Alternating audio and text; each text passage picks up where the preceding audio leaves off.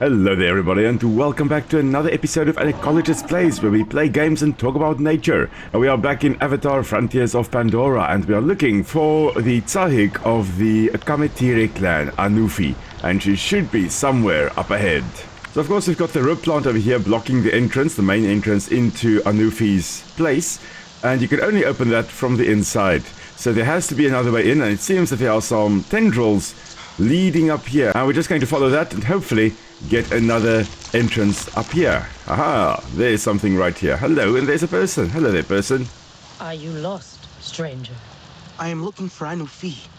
I am sorry you traveled so far for nothing. Satne said she lives out here. I need a healer, and I hear Anufi is the best.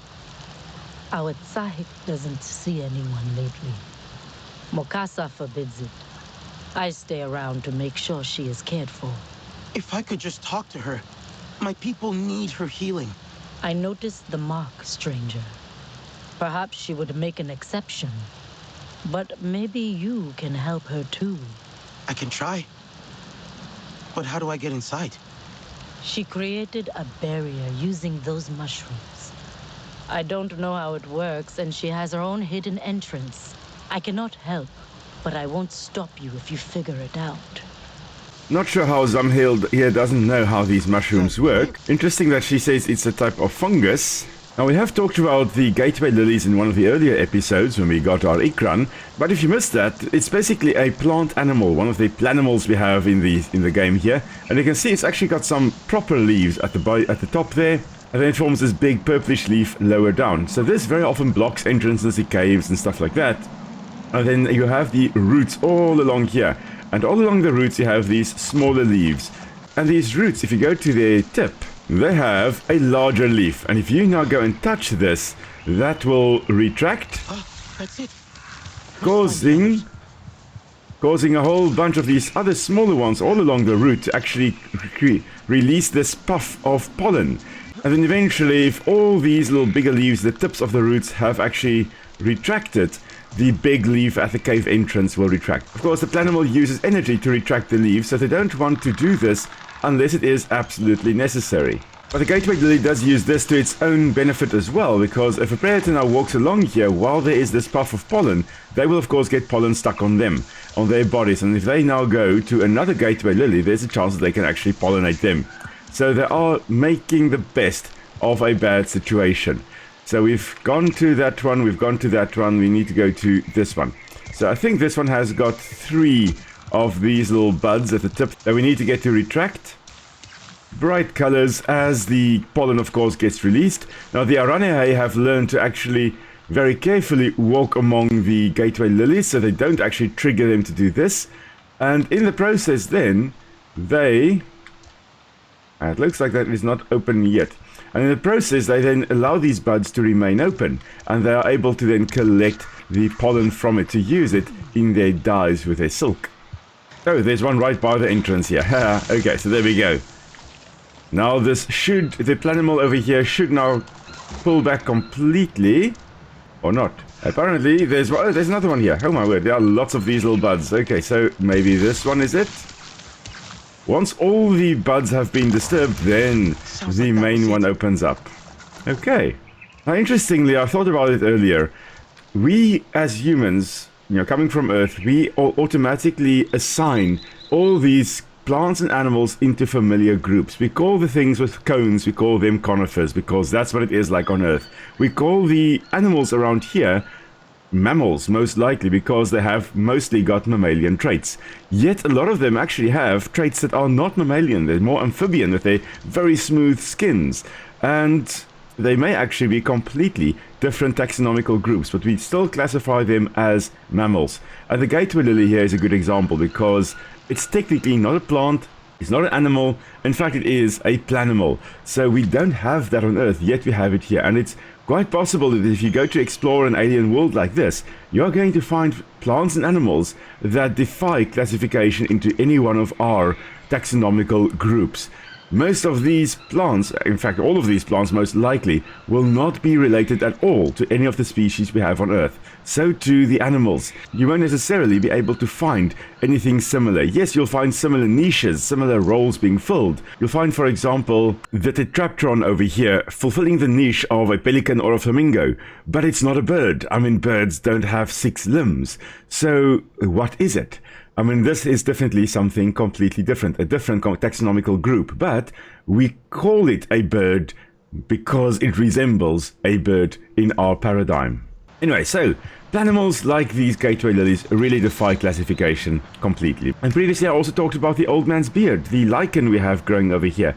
Who knows whether this is actually lichen? We call it lichen because we believe it is lichen, because that is what we are used to. And we're just going to go look for Anufi in here. She should be somewhere inside. Ah, I think we found her. Hello, Anufi. Anufi? Step into the light where I can see you.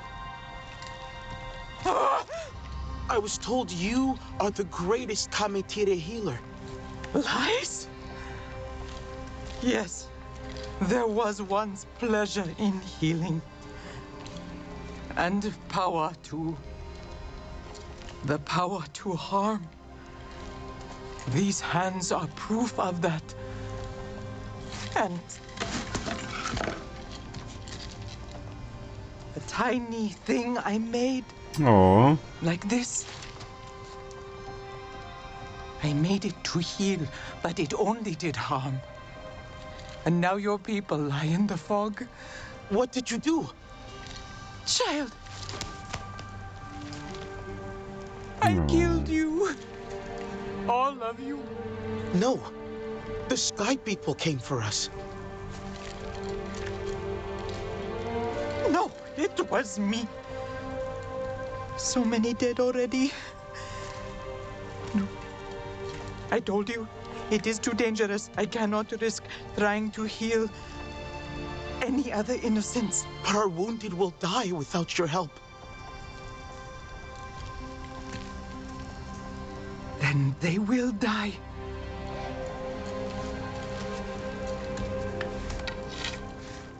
Okay, so Anufi blames herself for the Sarentu dying. She says she killed us. I don't know. Somehow I don't believe that's the case, and somehow I don't trust Mukasa. Did you find them? I just spoke to the Tsahik. Anufi. It wasn't easy. I told you they're reclusive. It's not just that. There's something more going on here. She's confused. She thinks she killed the Sarentu. Can that be true? That doesn't make any sense. What else did she say? Just that she can't help us and that we're lost in the fog. I don't know. Perhaps they're hiding something. Nobody wants to help me. They all seem afraid. Why did Alma say we couldn't trust them? The Kame'tire were always good to us. It doesn't feel right. There must be another Kame'tire healer. Or someone. There's Anufi's guardian. She helped me earlier. I'll see what I can find out. Alright, so Nor suggests that we talk to another Kame'tire healer, and well, we've got Zamhil over here who could assist us perhaps. Why wouldn't Anufi help me? I thought she was a healer. Anufi is troubled. It may take her time. But I don't have time. The sky people attacked us. Many of us died. Others are sick. Please, I don't know where else to go. Nobody can know I helped. But there is another healer. His name is Siul. Where can I find him? Herbalism is forbidden. But Siul persists. Why is it forbidden? My friend said you are famed herbalists. When you find Siul, he will explain. I can't help you if nobody will tell me what's happening. Talk to Siul. The herbalists have a space in the hollows. He might be there, although I haven't seen him in a while. That's all I can say. Please go now. Okay. I understand. Thank you. Thank you, Zamhil. Okay, so back to the hollows, I guess. Right, now, just before we actually go and find Siul, throughout the game you hear people talking about us having the Sarentu mark. And if we actually go and have a look at our face, you can see the mark right over there. It kind of looks like it could be a scar, so maybe it was actually to some extent burnt into us. but that is the Sarentu mark. It's also the saving and the loading symbol of the game. So if you ever hear that, just to know that they can all see that we are Sarentu based on the mark, that little scar below our left eye. Okay, so let's go try and see where on earth is Seul. Okay, so there's some sick eye thorn over here, interesting. And some hands here. Painting of a canyon and markings in paint. Maybe Seul wanted someone to follow him. Well, we'll be the ones to follow him. Now, just before we head off to go try and find Seul, I mean, look at these beautiful, beautiful Kite Mantas flying over here, lazily just drifting through the air. And this, of course, is due to the fact that there is a lower gravity here on Pandora. They are very easily able to just stay afloat. They don't have to use a lot of energy to actually stay afloat like this. So to actually move through the air here, it does take more energy, but to actually stay afloat, that's not that difficult. So it's basically just like swimming in the water, but you're doing it in air. And beautiful colors, of course, here also. Beautiful markings, to some extent also, not a prismatic coloration to warn predators, but instead camouflaged. They're most likely edible and trying to some extent at least, avoid detection with the greens and blues, and then also with the lighter markings they have on there. That, of course, is also a form of disruptive camouflage. If they're actually flying through the trees, the spots that we can see along their fins here will look like sunlight shining through the foliage of the trees and just striking another green surface. So despite resembling a manta or a ray on Earth, these are in fact invertebrates. They are not related to the backboned creatures at all. So they are not actual rays. This is more a case of convergent evolution, where two organisms actually come up with the same design independently, where both species end up with this body plan because it allows them to, in this case, glide through the air, and in the case of mantas and rays, allows them to actually glide through the water or to swim through the water. So these little guys are filter feeders. They're filtering out small organisms in the air, and they're using little filter feeding apparatus at their mouth parts over there to actually filter food out of the air. So small insects, small microorganisms, that's what they're feeding on. And they just lazily floating through the air with their relatively big membranous wings. So that is quite cool. Now we are just going to go to this collapsed arch over here because that is most likely where Seul is. So let's go find him. Okay, we do have a few whipfang crawlers over here also. Hopefully they're just going to avoid me. I don't want to unnecessarily kill them, but if I need to, I will defend myself. Okay, so I found the sick eye thorn, but it is in the Javä. No, there's a whole lot of eye-thorn. It really doesn't look right. Seul must have been here. Wait one second. Okay, so now I'm under attack. Listen, guys. This isn't nice. Leave me, please. Okay, I think they'll leave me alone now. Okay, I think we can talk again. Seul must have been here. I think so. I'm picking up Kame'tire scent. Oh dear, running straight through the fog here. That's not nice. Why on earth was Seul running through the fog? Not around it. Oh, he was collecting the sick eye thorn. That's what he was doing, but sheesh, that's playing with fire, eh? Running through the fog here. Huh, strange facility. I see a Navi in there. Ah, oh cool. Oh, cool? Oh, okay. I know it looks bad, but I didn't collect this stuff. It's research to fix the Javä. My mentor, Seul, he found most of it. I thought maybe I could continue his work. Now he's passed. Seul is dead? Aww. I'm sorry. I hoped he could help me, after Anufi seemed so afraid to see me. What? You spoke to Anufi? Seul never believed it was her fault, you know. What happened to, My people. I mean, if he was right, then maybe Anufi will finally, I do not know, stop blaming herself. Teach people the old ways again. Like me. Seul kept coming here. He was so sure the Javä had secrets about the Sarentu. Expose the truth, he said. The truth? About what really happened to my clan? What Anufi did? Or didn't do. Seul was trying to make something to protect us in the Javä. But all his work is in there. I can't get in. And now the Javä is in there too. Do you think maybe some of the Sky People stuff could help us get in. Okay. Wait, you just appeared here. Magical little one. Okay, so we've got to get in there to get to Seahul's work. Okay. Alright, so we need to go and get some components from the Sky People nearby, but I think I may have accidentally already cleared that base. So let's see, because it should be down here somewhere.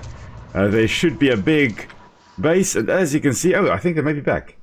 But there is gas extraction plant Bravo over here, and I've actually taken it out off screen, but we'll see whether the RDA have moved in again or not.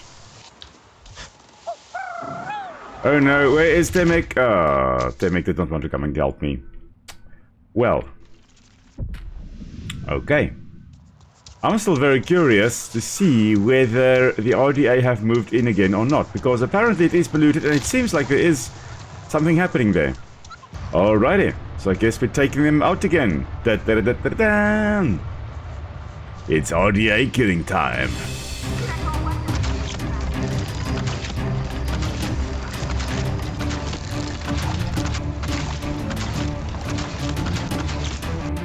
Boom!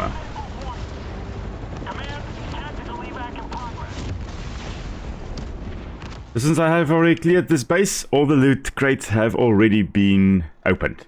Okay, so you can't farm extra loot this way. Anyway, we should go to the generator up here, I believe, to get some spare parts. Okay, now, finally, let's do this. Much later. Look how cool we did it. You know, I think he made a tea with it actually. Yeah, that makes sense with thy thorn. This could really work. What's this? Tapcon 1? I don't know. Probably something Seul found. But this, the symbol. I suppose it's kinda pretty. There's a few of them around here. There are more. Interesting. Tap all the way out here. It doesn't make sense. I need to find them. All and the other. But one second. Wait for it. There we go. I did it. Just enough for one. You take it. You deserve to know what happened to your people. I hope this works.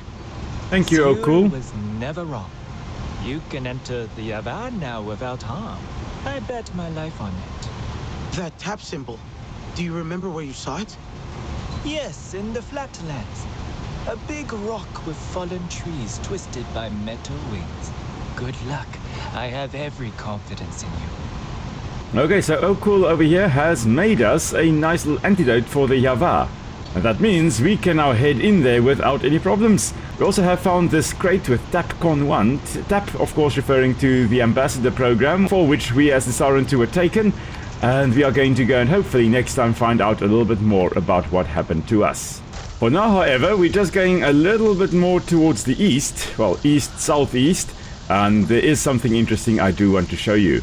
Interesting, we've got the Echo Stalkers in front of us here, and as long as we don't run, and as long as we don't actually take our weapon out, we can walk right up next to them, which I think is amazing. I mean, look at this beautiful creature. Now, technically a predator, I think if we ran, they would be able to hear us, and then of course they would attack us. Now, with it being almost completely blind, doesn't really know what on earth is right next to it over here. It probably knows that there is something here, can probably smell that we are around, but it doesn't know where we are. Especially since we've got the light-footed hunter level 1 and 2, so we basically make no noise when we are walking or running. And because it can't see us, well, we can walk right up next to them. I'm not sure when I take out my weapon whether it then will react. Quite possibly. Yes, it will then. Okay, and we are just going to harvest this one. Sorry, little one, but this was as quick as could be, and we're just going to put our weapon away again. There are some more of them in the area, so thankfully we didn't just eliminate the entire population. I do kind of feel bad. We had been standing right next to it there and then just quickly shot it. But that was the easiest way to very quickly and relatively painlessly just harvest some of that Echo Stalker's teeth. It was for the greater good. We are going to be using that to craft some weapons and armor later on. For now though, I've got to go show you something that I'm definitely not going to attack. Instead, we are just going to spend a nice bit of peaceful time with it. So the clouded forest here, really just amazing. I mean, these trees definitely resemble the redwood trees we have on Earth, except redwood trees, of course, don't look quite like this. They don't start at the central point and then branch off to form these trunks. But what this kind of most likely indicates is that these big trees, at some point, they had a single trunk. And then those trunks were harvested one way or another. And then after that, these trees resprouted. It seems like they are coppicing. So they are forming all these secondary stems to go up. What we have in South Africa, for example, a lot of our forest trees will have one tree trunk, and then if they are starting to die, or starting to die back, they will have what we call agony shoots, which are a whole bunch of trunks that actually start sprouting from the base of the tree. And then, instead of having a single stem, they will end up having multiple stems going up. We've actually found a Navi camp over here also. Hello there. Now this Crimson Refuge is very, very close to the animal I want to show you.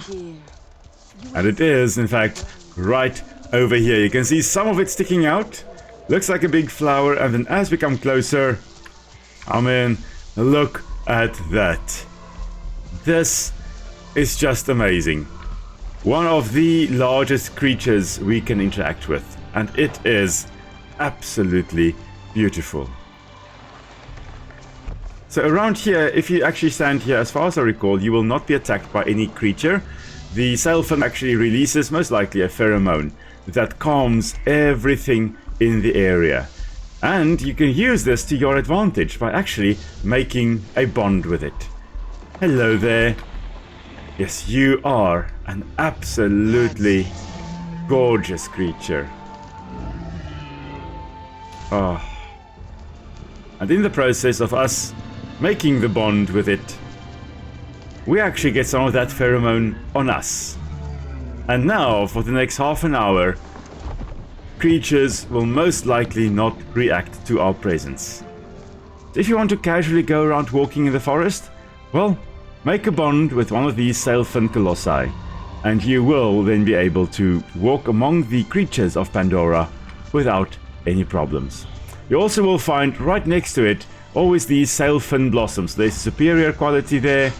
There should be some higher quality here. It looks like this is exquisite quality. Yes, it is. And we can harvest it, and they're only found next to the Sailfin Colossi. So join me next time as we continue talking about the Sailfin Colossi, and then go and find out what on earth happened to us as the Sarentu. What happened at TapCon 1. Of course, on Sunday, Nic and I will be live streaming Ark Survival Evolved, and then next week we will also again be streaming Avatar Frontiers of Pandora. So until next time, everybody, stay safe. We'll see you all soon. Bye!